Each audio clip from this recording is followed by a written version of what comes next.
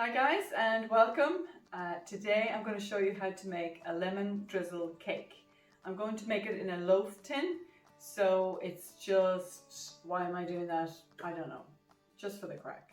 Anyway, the reason I'm making it is because lemons are on special offer this week in our supermarket, so we're on a lemon drive, complete lemon drive. So the first thing I'm going to do is put my caster sugar. I have 250 grams of caster sugar and 250 grams of butter, which I've cut up into kind of cubey bits. And my butter is always at room temperature, so it makes it easier to work with, okay? If you don't have a mixer at home, you can do this by hand by putting both of these into a bowl, get a big wooden spoon and start stirring until you have all your sugar incorporated into your butter. And it will change color. It will become a creamy color as opposed to the yellow color of the butter. Okay, so I'm going to beat it on here until that changes. Okay, my butter and my sugar is now creamed together, and fun fact, this is my second time to do this because I have the cake in the oven but I forgot to hit the on button, so you guys missed a whole chunk. Anyway, luckily I have enough of everything to go again, and then we'll have two cakes, which is fine by us. So this is the consistency or the color that you want your butter and sugar. It's turned from a yellowy color, butter color, to a creamy color, okay? And I'm going to add my 5 eggs to that. Of course I didn't have 5 eggs, I only had 2, but we had a couple of yolks in the fridge, so fingers crossed that that will do the job. And I'm just going to beat that very slowly. If you're doing this by hand, just beat in your eggs gradually into your butter and sugar mixture. And then I'm going to add 250 grams of self-raising flour in here and just pop it in 1 spoon at a time. If you're in a hurry, you can chuck the whole lot in. It's just less of a mess. Don't worry about it. You'll notice that there's no raising agent in this cake. So I'm not adding any baking powder to this, so it's not going to rise a whole lot, but it is self-raising flour, so it will rise a little bit. Okay, so I'm just going to beat that until it all comes together, and in the meantime I have already squeezed 1 lemon in here, and I'll just squeeze the other one. Thankfully we had lemons, and lots of them. I am definitely one of those people who buys extra whenever something's on special offer. So hence I had extra lemons to do the job. Okay, so that's all two lemons, juice of 2 lemons that I'm going to pop in here as well. Oops. I'm using the wrong bottom for my lemon squeezer because I don't know where the proper one is. It's probably upstairs somewhere. Somebody's probably used it as a glass for their nighttime water drink. So I'm just going to put this up on high to make sure it's beaten through and all the butter is removed from the side. Okay guys, that's mixed through nicely. Just make sure that you scrape the side of your bowl for any bits of butter that, you know, just that this part of your mixer doesn't quite hit the edges of the bowl. I've yet to find a mixer that doesn't do that. Always misses a tiny bit, okay? So I'll just take this off here and pop this into my tin that I have already lined. I have one of these pre-made liners, and I'm just going to pop all of this in here. And it looks like there's a lot of mixture here, but remember there's no major raising agent in here, so it's not going to rise a lot. It feels really light and fluffy, so I'm hoping for a lovely moist sponge cake type of thing. It smells lovely, and the fact that we are using free-range eggs means that the mixture is a lovely yellowy color. I don't know if you can see that there, which is very appropriate for a lemon cake, don't you think? Okay, so this is is my second cake that I'm going to pop into my oven. And I think it's 180, but I'll let you know for sure, and I'll put up there for how long. So guys, my cake has cooked nicely, and I know it's cooked because it's firm to the touch.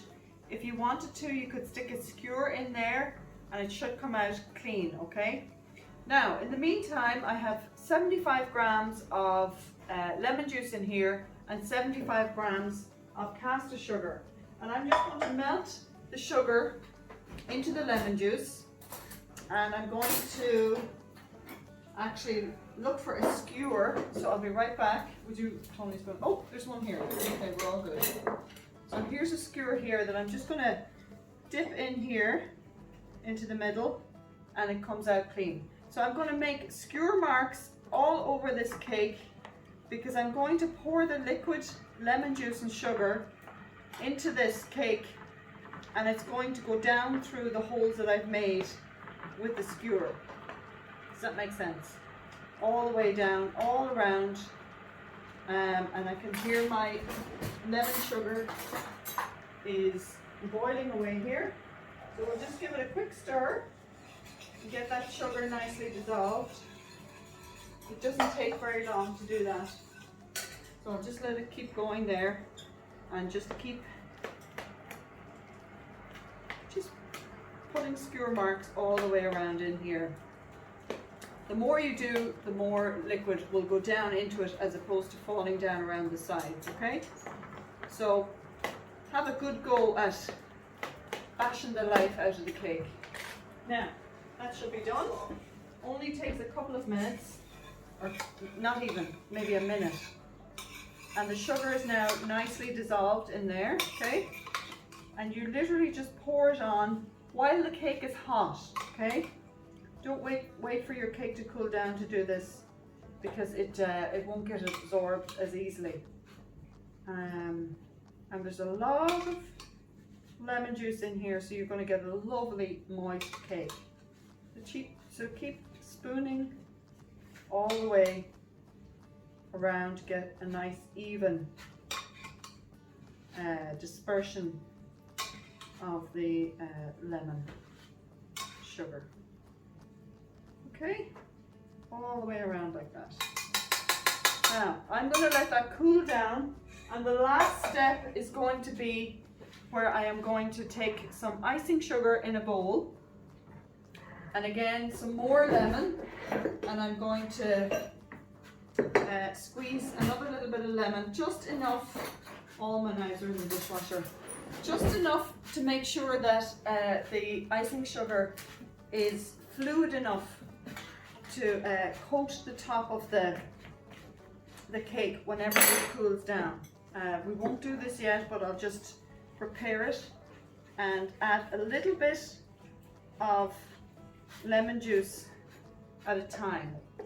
Don't add it all at once, because then you have to add more icing sugar to it, okay? So just a little bit at a time. That's probably about 2 teaspoons of icing sugar, or of lemon juice. I think I can't remember how many grams of icing sugar I have in here, but you just keep an eye, keep adding a little bit of lemon juice, a little bit of icing sugar, until you have a nice pouring consistency with your lemon icing sugar, and that's going to make that nice drizzle across the top. Okay, and that's perfect now. That consistency is perfect right there. So I'm going to let it sit, and probably what will happen by the time I let the cake cool down, this will harden a little bit, so you can always add another little drop of lemon juice to that. So I'll come back when the cake has cooled down. Okay guys, I can wait no longer. It's still a little bit warm, but I want to get this video finished, and you can see now that this has started to just lose its runniness that it had a couple of minutes ago. So I'm just going to literally put a drip at a time of this stuff in here, very, very little, and just give it a, yeah, that's it. It literally took like 2 drops, maybe another drop or so in here. Here we go. I don't want to put too much because I don't want it to be too runny either, or it'll run over the edge of the cake. So just enough so that when I drizzle it on here, it'll pour. Still not really enough. This is how you do it, guys, just a little bit at a time, okay? Probably put too much that time. But there you go. It's amazing, I'm always amazed how it thickens up when it's left at room temperature. Okay, here we go. Fingers crossed. So I'm just going to get a full spoon of it and just drizzle over and back like that. Okay, don't be afraid to just go for it. Over and back. Just like that. If you're a big lover of the whole icing sugar, you could just literally cover the whole top with a big blob of this stuff. But I think visually it looks a little bit nicer when it's just back and forth like that, okay? So I'm just going to keep going here until I have the whole thing covered. And then I'm going to just get my lemon or citrus zester thing. Is it a zester? Is that what you call it? I don't know what it's called. And just go over with a little bit of the lemon zest. These fellas here, do you know? I don't know what they're called. But just to get a little bit of lemon, just like that. And it makes it look really, really pretty. They're playing Xbox next door, which they shouldn't be on a school night, but they know Mommy's busy in here doing this, so they'll take advantage. And I have a cut on my finger and it's stinging me now with the lemon. Let me get another piece of lemon over here. So you just want a little, it's more really for the visual look of it. And remember, don't go too deep into the lemon because we don't want the bitter white parts. We only want the nice yellow looking parts.